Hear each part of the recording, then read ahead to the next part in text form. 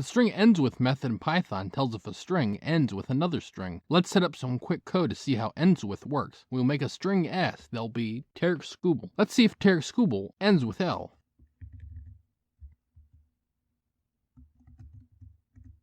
Tarek Skubal does end with L, so ends with returns true. Let's see if Tarek Skubal ends with L, or AL, or P. In this case, ends with has also returned true. When you pass in a tuple of strings to ends with, the initial string only has to end with one of the strings in the tuple to return true. Okay, now we'll check if Skubal ends with ball, starting at index 9.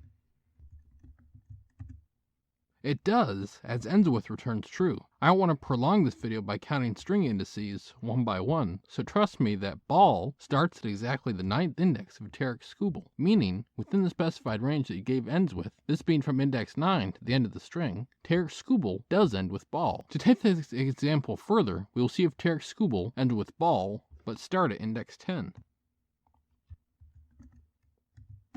It does not, as ends with returns false. This is saying, within the range of index 10 to the end of the string, Tarek Skubal does not end with ball. Finally, I won't do a whole other example for this, but you can pass in two numbers to ends with to provide a starting and then a stopping index to look for the desired ending string. But, like Python's normal trickiness with bounds, the ending index is not included in this case. For example, passing in 0 and 2 starts at 0 and ends at 1. This has been Jakubication. Like and subscribe to learn more.